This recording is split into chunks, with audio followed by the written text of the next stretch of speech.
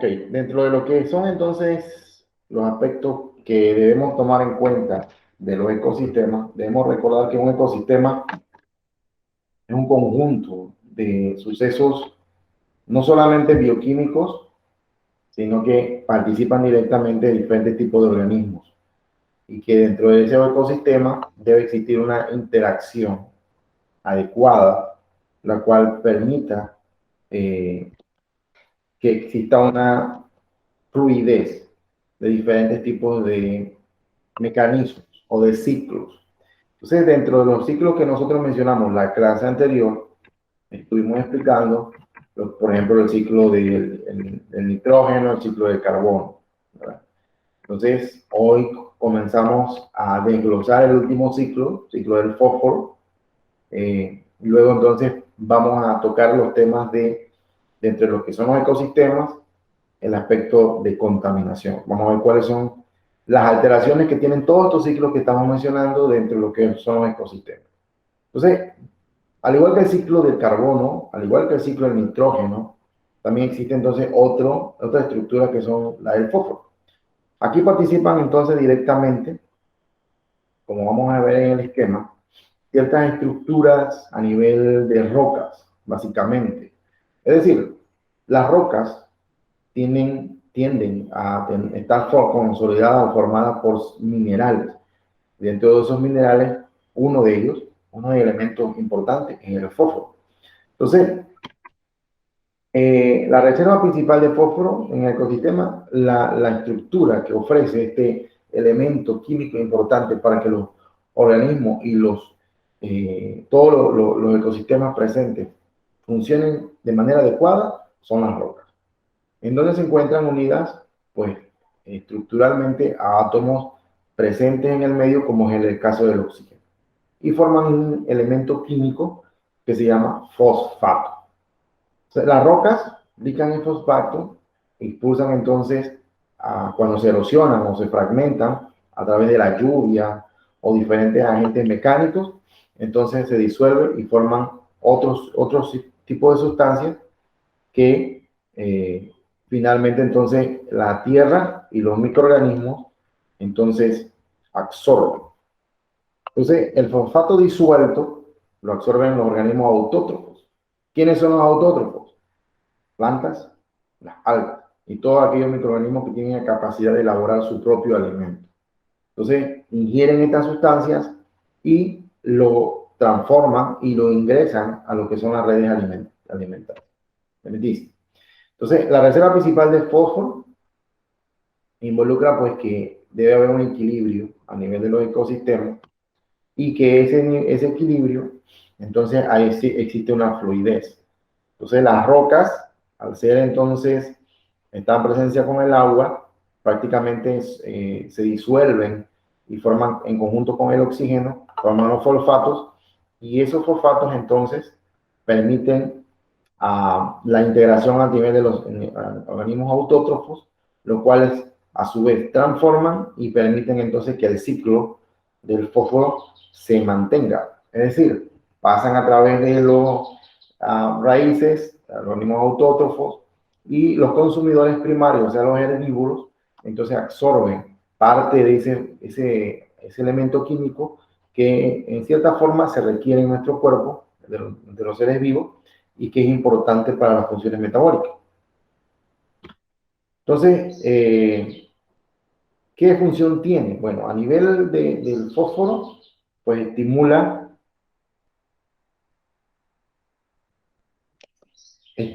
lo que es el crecimiento de las plantas. Algunas bacterias, algunas algas, lo utilizan como un mecanismo para obtener su alimento. En el caso de las bacterias, algunas pueden ser quimiosintéticas, utilizan este elemento químico para realizar todo su proceso de alimentación y demás. Entonces, ayuda a mantener un equilibrio dentro del ecosistema y dentro del aspecto de regulación a nivel de lo que es la funcionalidad y equilibrio dentro de los ecosistemas. Otro aspecto importante que tenemos que explicar es el ciclo hidrológico, que tiene que ver básicamente con los aspectos del agua. Entonces, la reserva principal tiene que ver con el hecho de que en el planeta el 97% está basado en lo que presencia de líquido de forma acuosa. Entonces, a nivel de mecanismos, existen algunas funciones en las cuales se evapora a través de lo que es los rayos solares, y eso involucra un mecanismo el cual entonces regula la funcionabilidad dentro de los que son los ecosistemas y permite la funcionabilidad de mantener las fuentes hídricas de una manera adecuada. Entonces, como vemos en este esquema, a través de lo que es la evaporación, entonces surge el hecho de que el agua va a pasar de estado gaseoso con la transformación a estado líquido y viceversa, lo cual permite entonces que mantener las fuentes hídricas, lo que son mares, ríos, lagos, todo lo que es la parte acuática de una manera normal. Entonces a eso se le llama ciclo hidrológico. O sea, esa forma en la cual el agua va pasando de un estado al otro y mantiene el equilibrio dentro de la flora y fauna de los ecosistemas en particular. Entonces, los consumidores obtienen agua de sus alimentos bebiéndola directamente en su cuerpo, lo cual forma entonces el 70% del agua. O sea que todo esto también es parte del ciclo hidrológico, el consumo. A medida que la población humana ha crecido, el agua dulce ha comenzado a escasear. Y eso es lo que vamos a explicar a continuación de ciertos procesos debido a la intervención del hombre que han alterado la fluidez tanto del ciclo hidrológico como de los ciclos biogeoquímicos que estábamos explicando. Debido a que el agua es escasa, el crecimiento de los cultivos se limita, o sea, es proporcional. Y algo que hay que tener en cuenta, y algo que siempre se menciona, es el hecho de que los niveles de contaminación van proporcionales al nivel de la cantidad de población de un área determinada.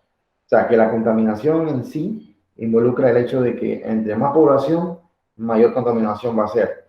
Mayor población, mayor va a ser el consumo de diferentes tipos de alimentos o rubros. Entonces, desgraciadamente, pues esto involucra un desequilibrio de que se está haciendo al planeta, no solamente en esta década, sino que desde 1940 a 1960, con todo lo que fue la revolución industrial, inició una serie de problemas en la cual no solamente se afecta en la fuente hídrica, sino que hay una gran acumulación de gases de efecto invernadero como el dióxido de carbono y demás. Entonces también el bombeo del agua en los mantos acuíferos se está agotando rápidamente. Ese bombeo tiene que ver con el hecho de las corrientes marinas, cómo mantienen el control o regulan esa biota acuática de los mares. Entonces también está siendo alterada. A medida que la población humana ha crecido, pues va mejorando la calidad del agua. Y dentro de los procesos que alteran en los ecosistemas, hay uno que se llama lluvia ácida. La lluvia ácida no es más que el término, ¿verdad? Lluvia, pero con ciertas cualidades en particular, las cuales tienen sustancias iónicas cargadas, las cuales forman sustancias químicas.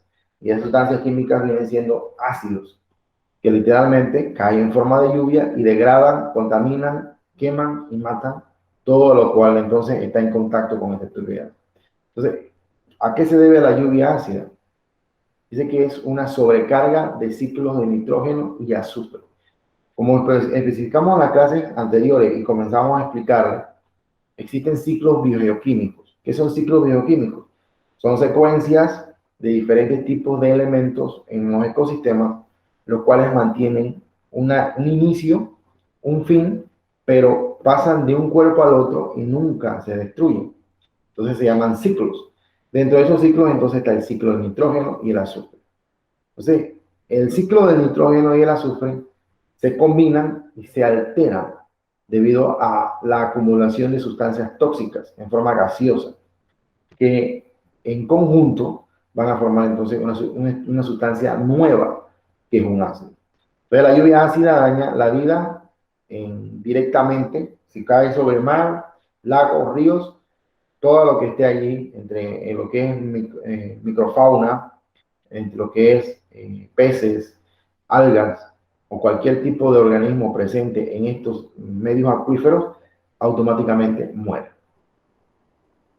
Vamos a ver entonces en los esquemas.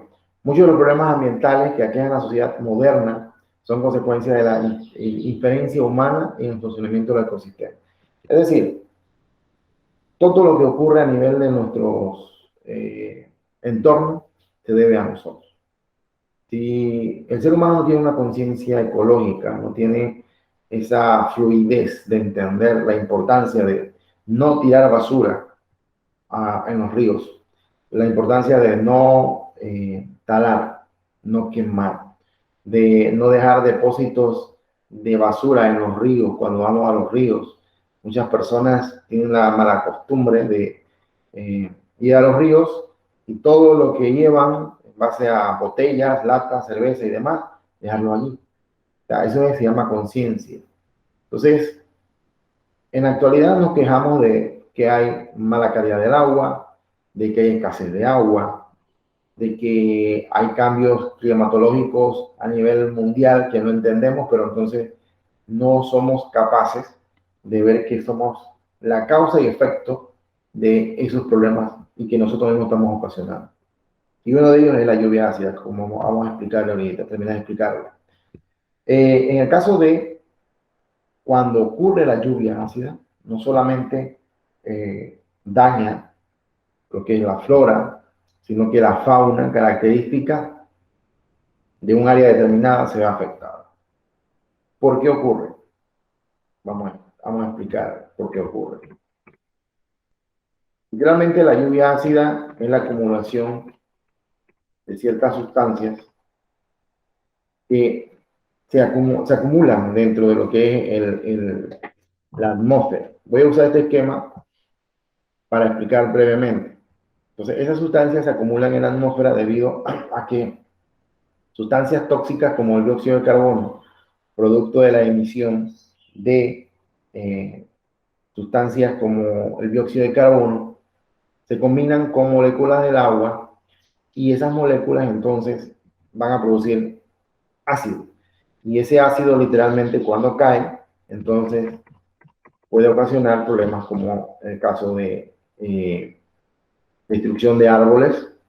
Es decir, todas las hojas literalmente pierden su contextura, mueren debido a que el ácido es muy fuerte. Entonces, la lluvia ácida disminuye la productividad del cultivo. Obviamente, si las plantas en contacto con ese tipo de ácido, entonces la planta degenera. Y al degenerarse, obviamente la planta no va a producir. Entonces, la mayoría de los países que tienen este problema de lluvia ácida son países que tienen grandes industrias. Son países industrializados donde el consumo de la transformación de combustibles fósiles a gran escala involucra la acumulación entonces de estos gases en la atmósfera que se combinan entonces con moléculas del agua. Y esas moléculas del agua entonces van a formar lo que es el ácido. Los peces mueren porque se destruyen gran parte de la red alimentaria que se da sustento. Es decir, la microfauna presente en los centros o en los ríos, en los lagos, toda esa microfauna muere. Si muere la microfauna, entonces la red de alimentaria de los peces también se va a ver alterada. Y por lo tanto, los peces pueden morir. La acidificación afecta primero en este caso, almejas, caracoles, los langostinos, larvas de insectos, anfibios y finalmente todo lo que son los peces. Entonces, todo este ciclo dentro de lo que es la red trófica se altera, por lo tanto, entonces, mejora rotundamente a los ecosistemas. Por ejemplo, aquí el 25 de los lagos, en lo que son Estados Unidos, México, Canadá, la parte de Europa que tiene que ver con Rusia, Alemania, que son países que tienen grandes producciones de fábricas, entonces tienen problemas de lluvia ácida. Vamos entonces a otro daño que es causado por el hombre, que es el efecto invernadero. Lluvia ácida es un proceso pero el efecto invernadero es otra situación que ocurre actualmente. ¿Por qué ocurre la lluvia ácida, el efecto invernadero? Entonces ocurre principalmente por la acumulación del dióxido de carbono y otros gases que tienen que ver, por ejemplo, el metano, los clorofluorocarbonos que se conocen como CFC, vapor de agua y óxido nitroso. El dióxido de carbono como tal, en forma regulada, existen gases que mantienen hasta cierto punto el nivel estándar o el nivel adecuado de temperatura en el planeta. Cuando el dióxido de carbono o estos gases están sobre lo normal, entonces surge un calentamiento a nivel del planeta, que es lo que está ocurriendo actualmente. Vamos a ver por qué ocurre eso. La inferencia en el ciclo del carbono contribuye al calentamiento global del planeta. O sea, el ciclo del carbono, la forma en que se capta, la forma en que se regula, permite el calentamiento del planeta hasta cierto punto de forma normal. Pero estos gases, cuando se comienzan a acumular y forman esa gran capa, entonces bloquean los rayos del sol. Entonces, ese incremento de temperatura a su vez causa cambios climatológicos, alteraciones dentro del ecosistema y conlleva entonces a que el planeta en sí esté cambiando. Los gases invernaderos retienen el calor de la atmósfera. Ahorita en el esquema vamos a explicar cómo la incidencia de los rayos ultravioleta mantienen y regulan la temperatura del planeta. Pero cuando esos rayos quieren salir, choca con esa capa de gases y no pueden pasar a la atmósfera. El calentamiento global tendrá graves consecuencias y una de ellas es el desorden a nivel de los diferentes estaciones del año que existen, por ejemplo, o el fenómeno, por ejemplo, es el deshielo, que es un fenómeno que ocurre también a causa del calentamiento global. Hace unos 345 a 280 millones de años, los cuerpos de muchas plantas, animales quedaron sepultados en los sedimentos y no se destruyeron. Entonces, eso viene siendo dentro del aspecto evolutivo, dentro del aspecto de cambios que ha sufrido el planeta, que estos animales y estas plantas, entonces de ahí surge el hecho de los combustibles fósiles, que como están hechos a base de átomos de carbono, el hombre pues descubrió que en cierta parte, en la manipulación adecuada y la transformación genera energía. Pero esa energía entonces también tiene una consecuencia directa que libera estos gases tóxicos.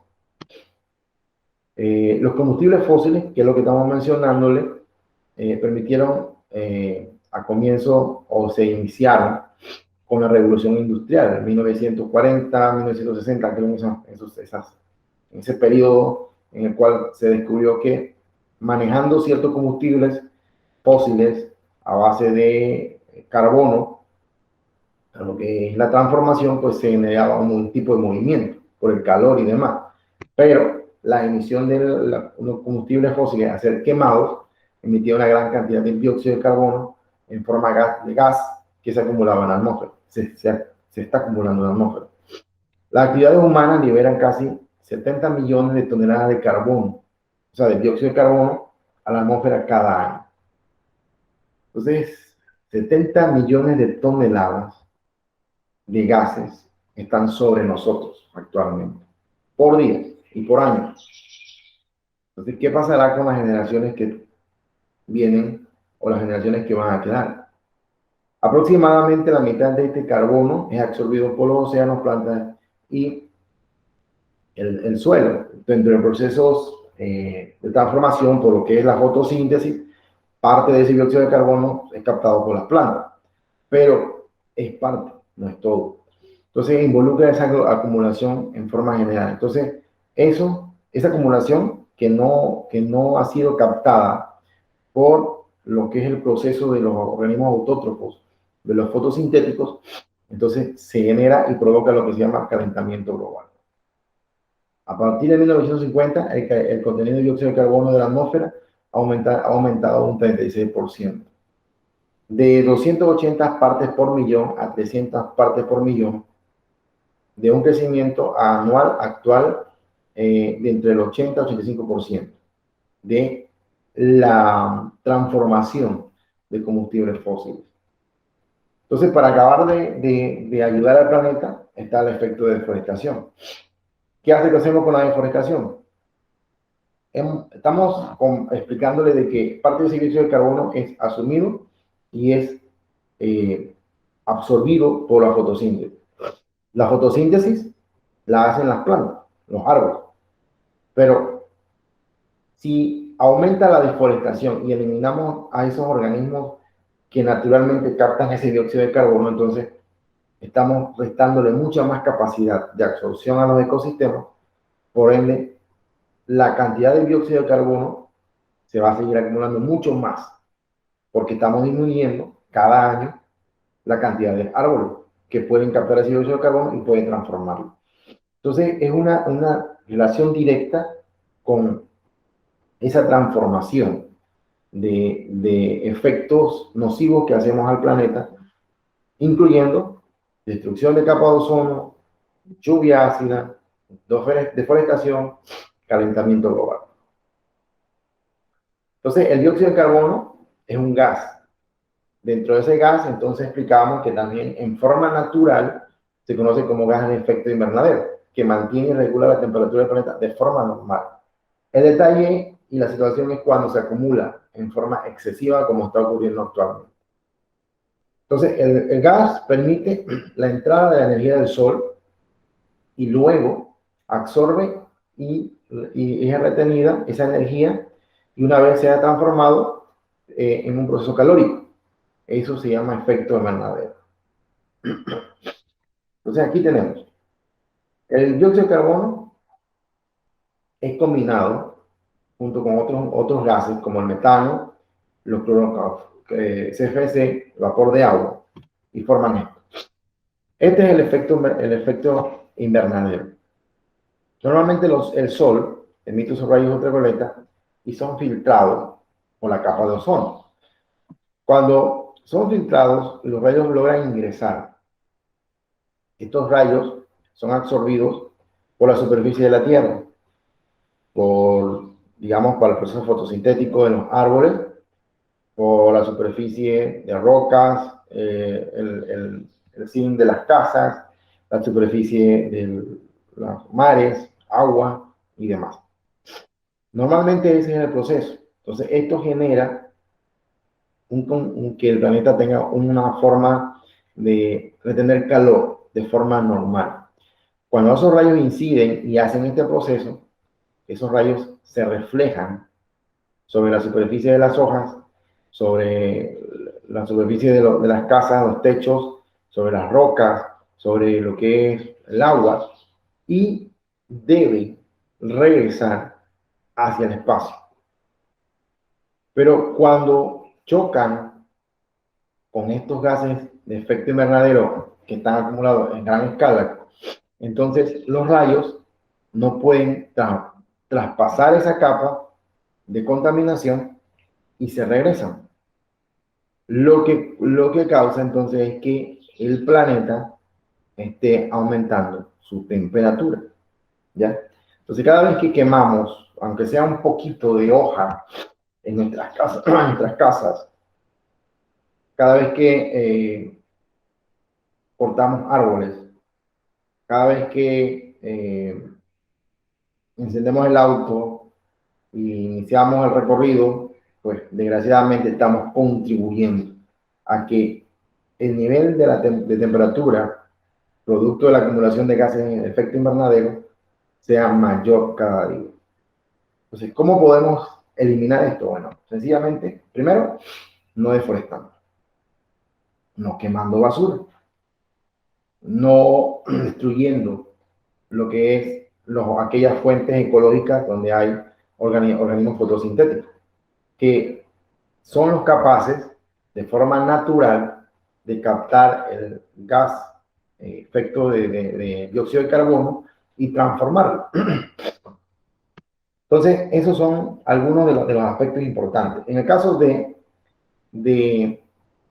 el registro que existe, ¿verdad? De los gases de efecto invernadero, los registros históricos de temperatura indican una elevación mundial de la temperatura que está paralela o que está de acuerdo a lo que es la población, paralela al aumento del dióxido de carbono en forma atmosférica. Entonces, este fenómeno, en forma generalizada, se conoce como calentamiento global. El calentamiento global, entonces, trae como consecuencia un fenómeno que se llama deshielo. El deshielo sencillamente es que los casquetes polares, debido al aumento de la temperatura, entonces están derritiendo.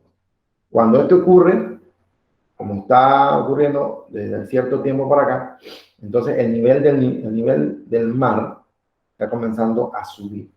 Muchas islas, muchas partes en donde el agua del mar llegaba hasta cierto punto, pues ya ha aumentado. Ayudando más al planeta, tomamos los manglares, que son una fuente de una barrera natural, y los convertimos en barriadas. O agarramos el árbol del manglar, los manglares, y lo transformamos en madera. O agarramos el mangle rojo, le quitamos la cáscara y lo transformamos entonces para las empresas que se dedican a la curtiembre, para manejar y producir cuero para zapatos y demás. O sea, todo es una situación en la cual, si no existe una regulación adecuada, esto va a traer como consecuencia que en las generaciones posteriores, que las generaciones dentro de lo que es la descendencia de nuestros hijos, pues sencillamente los problemas ambientales van a ser tan severos que las condiciones en el planeta van a ser totalmente de una forma caótica, en la cual las generaciones van a tener problemas de adaptabilidad, de vivienda, de alimentación, de aire y de agua, entre otros fenómenos.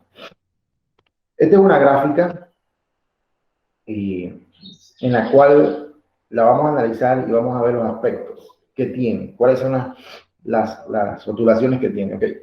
Esto que aparece aquí, esa F significa grados Fahrenheit, esta C significa grados centígrados. Este eje que está aquí está marcado en ciertas, digamos, rayitas. Cada rayita involucra, sencillamente es concentraciones. Si vemos la definición acá dice promedio de temperatura mundial.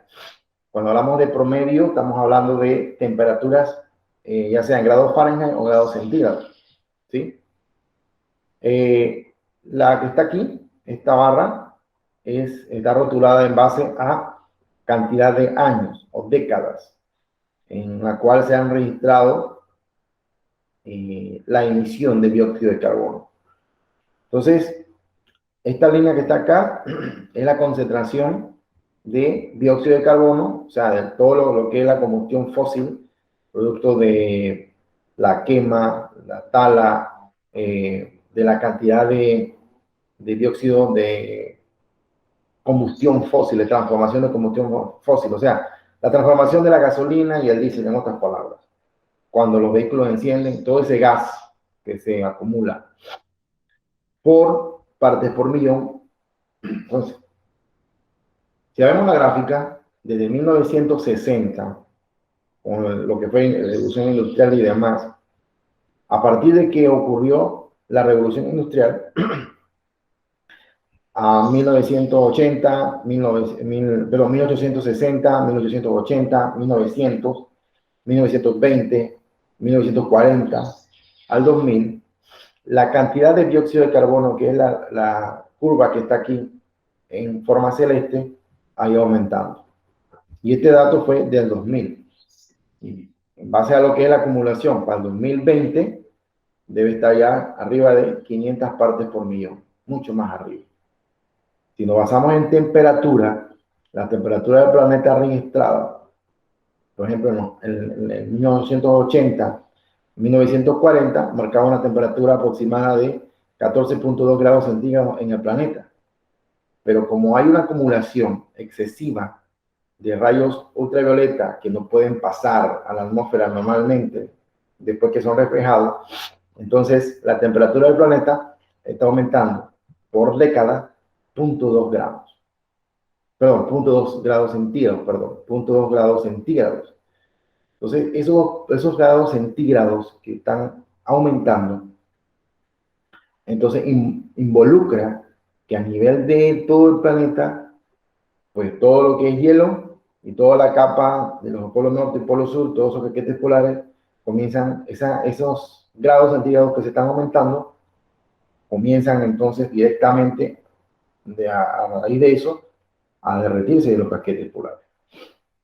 Entonces, no solamente está el deshielo, también entonces causa que a nivel de las corrientes marinas, a nivel de las corrientes de lo que es clima, todo lo que es fenómeno clima, también entonces cambia. Al cambiar el clima, cambian lo que es cierto comportamiento de las estaciones, por lo tanto entonces la cantidad de alimentos, la cantidad de organismos presentes en un ecosistema se va a ver alterada. O sea, todo es una secuela que trae como consecuencia directa todo lo que es la contaminación.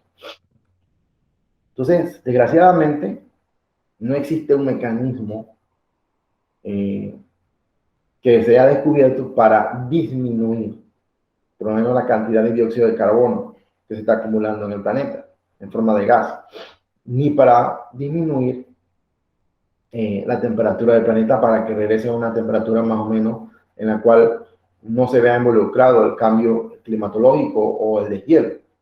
La única forma que biológicamente y que a nivel de los ecólogos y biólogos y científicos, la única forma es que se ha desarrollado en el aspecto de la educación ambiental. O sea, tratar de enseñar y educar, reeducar a los individuos que deben consumir menos productos fósiles, que deben reciclar, que no se debe talar, que no se debe deforestar, cosas como esto.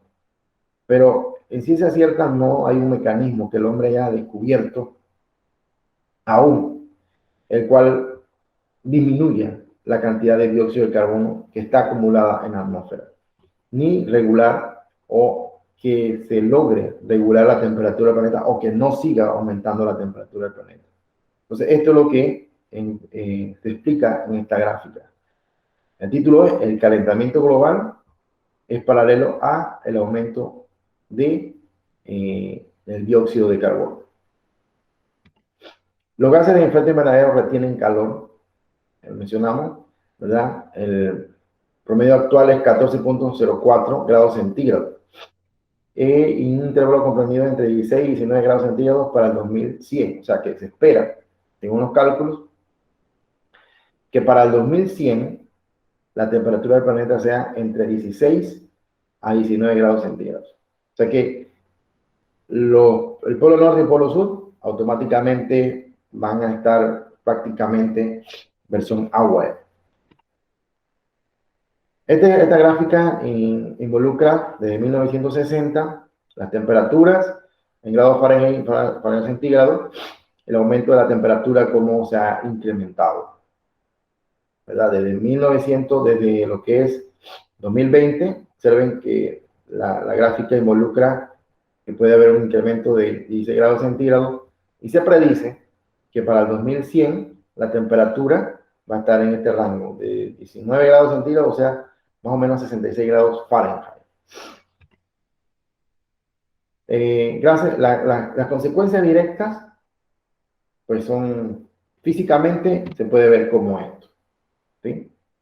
Estas son dos comparaciones, dos fotos tomadas en el mismo lugar. La primera es específicamente en Alaska.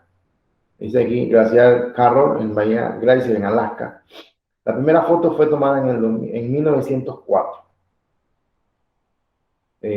Actividad rocosa, o sea, todo lo que son rocas, montañas, y esto viene siendo hielo, o era hielo, ¿verdad? Toda estructura glaciar, puro hielo con agua, pues, de forma tan sólida que normalmente me imagino que se podía caminar y se podía transitar forma, pues, caminar, y todos los animales que estaban aquí podían moverse libremente porque era agua congelada, o sea, era un geyser. Pero la misma foto, el mismo lugar en el 2004, totalmente líquida.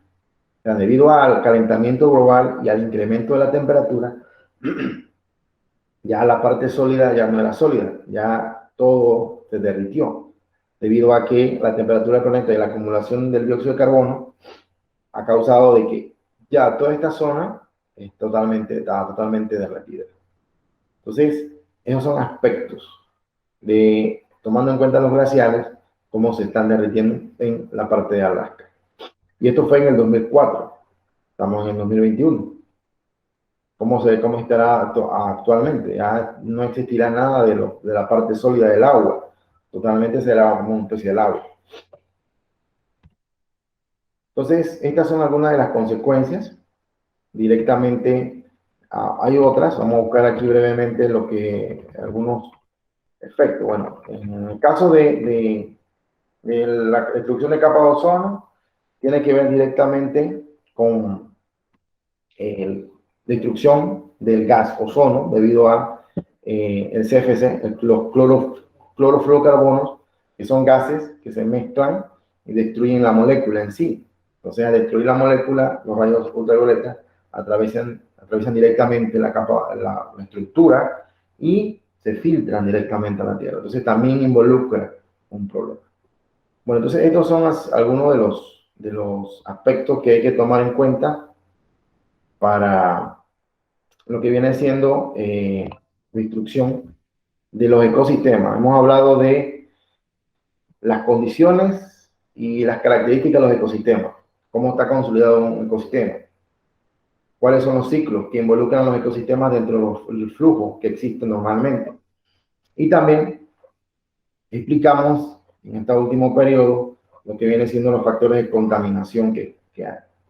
Entonces, no solamente existe el efecto invernadero, no solamente está la destrucción de la capa de ozono, sino que también está aquí en Panamá lo que viene siendo la deforestación, en el cual grandes hectáreas por año se destruyen, se cambian de zonas boscosas, de bosques primarios.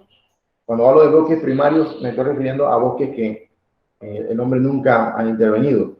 Aún aquí en Panamá quedan ciertos fragmentos de bosques primarios. Entonces, como en el Darién. ¿Pero qué pasa en el Darién? Debido a, digamos, el movimiento de ciertas zonas y de pobladores de las áreas de Azuero, se movilizan para colonizar ese sector allá.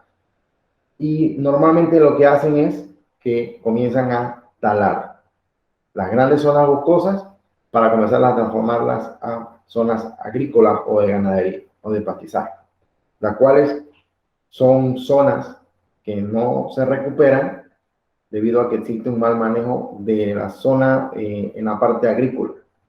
Entonces no solamente viene el hecho de que se transforma el área, sino que todos los ecosistemas presentes allí se alteran, incluyendo la fauna, obviamente la flora, pero la fauna principalmente si tomamos el aspecto, por ejemplo, del hábitat normal, de lo que es el jaguar y todo lo que involucra el rol que desarrolla el jaguar dentro de un área determinada, entonces dentro de un bosque, entonces se ve alterado. Entonces, como tal, toda la biología, la alimentación normal y natural del jaguar, que se puede alimentar de otro tipo de animales más pequeños, de forma natural, dentro de lo que es el ecosistema, dentro de la cadena alimenticia, o de algún herbívoro, como pueden ser conejos u otros animales más pequeños. Entonces, todo esto se ve alterado. ¿Por qué? Porque ya no hay bosque. Si no hay bosque, todos esos animales comienzan a distribuirse hacia otras zonas, o mueren, o no se pueden reproducir porque no se pueden alimentar. Entonces, esto trae como consecuencia que la deforestación no solamente sea la acumulación de gases de efecto invernadero, sino que también involucra el hecho de que el hombre tiene que aprender a tratar de disminuir todo el consumo que conlleva a lo que es la contaminación.